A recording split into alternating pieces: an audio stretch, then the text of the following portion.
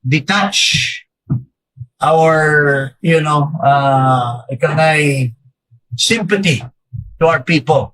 Especially now na naglaganap ang mga storya tungkol sa napakalaking kabulastugan sa corruption.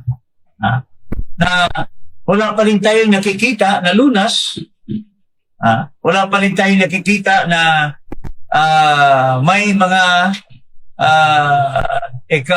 makukulong dahil sa plunder na ginagawa nila. At ang main witness, I would consider Saldico as the main witness because he is not the most guilty.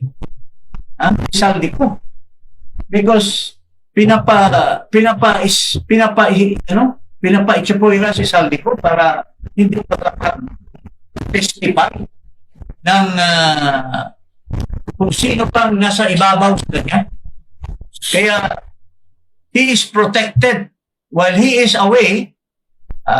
There is a clamor for him to come forward, pero hindi siya